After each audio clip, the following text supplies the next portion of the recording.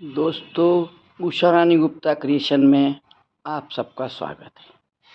आप मेरे सामने ये सब डब्बे, प्लेट, थाली रखा देख रहे हैं। इसमें ये सब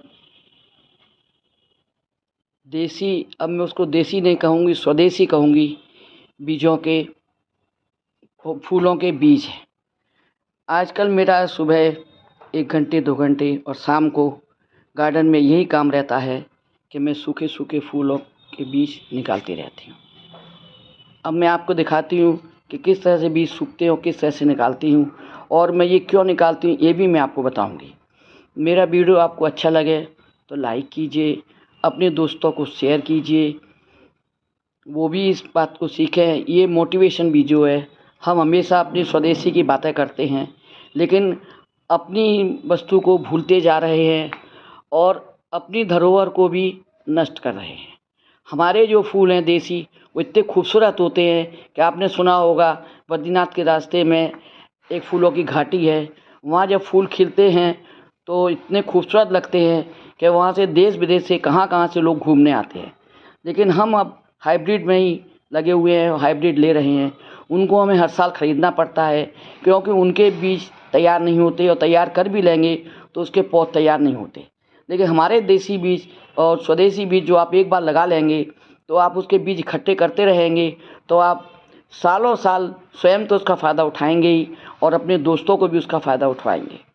उन बीजों को निकालना बहुत आसान है और बहुत सरल है। अगर आपने एक बार 10 पौधे लगा दिए तो अगले साल आपको हज़ारों पौधे तैयार करने का मौका मिल जाएगा और आप आराम से साफ निकाल लेंगे। अब मैं आपको चल के दिखाती हूँ कि मेरे खेत में कि किस तरह से मेरे बीज सूख गए हैं और किस तरह से निकाल के मैं तैयार करती हूँ और अपने देश की धरोहर को बचाने की कोशिश करती हूँ।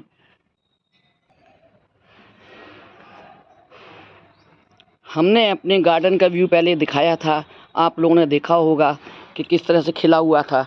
अब ये सब सूखने की कगार पर आ गए हैं और इन सब के फूल के बीज मैं अब तैयार कर रही हूँ।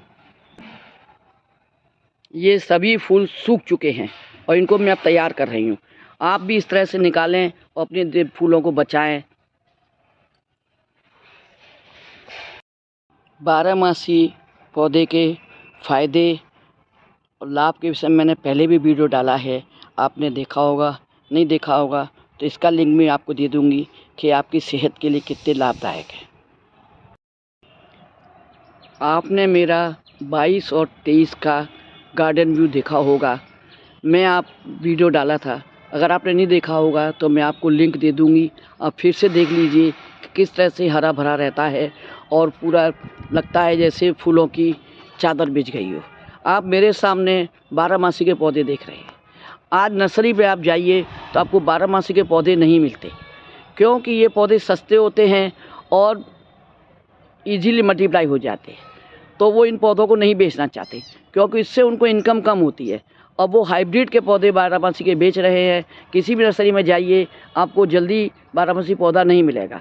और हाइब्रिड का जो बारहमासी होता है तो एक तो उसकी केयर बहुत मांगता है कि अगर ज़रा सा पानी ज़्यादा पड़ गया तो वो मर जाता है। दूसरे वो मल्टीप्लाई नहीं होता। एक बार आपने महीने 2 महीने 3 महीने उसका मज़ा लिया, उसके बाद वो समाप्त हो जाता है। लेकिन देसी बारहमासी है। बारहमासी नाम उसका इसीलिए कि उसमें 12 महीने फूल आते हैं। गर्मियों में ज़्यादा आते हैं, बरसात में, और बाकी सर्दियों में हल्के फुल्के फूल इस पर अवश्य रहते हैं। उसकी आप कटाई छटाई करते रहिए, आते रहेंगे। और इसमें नवंबर दिसंबर में फलियाँ आने लगती हैं, जो हल्की पतली पतली महीन फली होती है और महीन सरसों के दाने जैसा बीज होता है। तो आप उसको मत निकालिए, लेकिन आप उसको छोड़ दीजिए और उड़ के आपके यहाँ अपने आप ही बीज तैयार हो जाएंगे। अगर आप बीज तैयार करना चाहें तो निकाल सकती हैं सूखने पर, और नहीं भी निकालेंगी तो उड़ के वो कहीं ना कहीं गमले में इधर उधर चले जाएंगे। और जैसे ही फरवरी मार्च का महीना आएगा छोटे छोटे पौधे निकलना शुरू हो जाएंगे और आपको नए पौधे मिल जाएंगे। तो आपको कहीं पौधे खरीदने की ज़रूरत नहीं पड़ेगी, और आपके घर में फूलों की मौसम में गर्मियों में बाहर रहेगी, क्योंकि बारहमासी का नाम ही बारहमासी है। इसके 12 महीने खिलता है। और आजकल तो इसके ऊपर डायबिटीज़ की दवा चल का रिसर्च हो रही है और काफ़ी लोगों को उसका फ़ायदा हो रहा है। अगर इस पर रिसर्च हो जाएगी और फाइनल हो जाएगा तो आप देखेंगे इसकी वैल्यू और बढ़ जाएगी। तो आप प्लीज़ अपने देसी पौधों को यानी स्वदेशी पौधों को नष्ट मत करिए और इनका ही प्रयोग कीजिए। जहाँ से भी आपको मिल जाए लगा लीजिए। एक बार लगा लेंगे तो बार बार आपको ये पौधे मिल जाएंगे। मैं ये वीडियो आपके मोटिवेशन के लिए डाल रही हूँ कि आप अपने देश के प्रति, अपने धरोहर के प्रति आप सतर्क रहें, उनको बचाएं और उनका प्रयोग करें। और इनको बचाने से आपके पैसे भी बचेंगे, आपकी रौनक भी रहेगी गार्डन की, और सभी कुछ बहुत खूबसूरत रहेगा। तो दोस्तों, आपने देखा कि किस तरह से हम अपने पौधों को बचा सकते हैं और मल्टीप्लाई कर सकते हैं, अपने पैसे की बचत कर सकते हैं और अपनी धरोहर को संजो के रख सकते हैं। तो दोस्तों, आपने मेरा वीडियो देखा उसके लिए बहुत बहुत धन्यवाद। अगला वीडियो के फिर से मिलती हूँ, तब तक के लिए राम राम।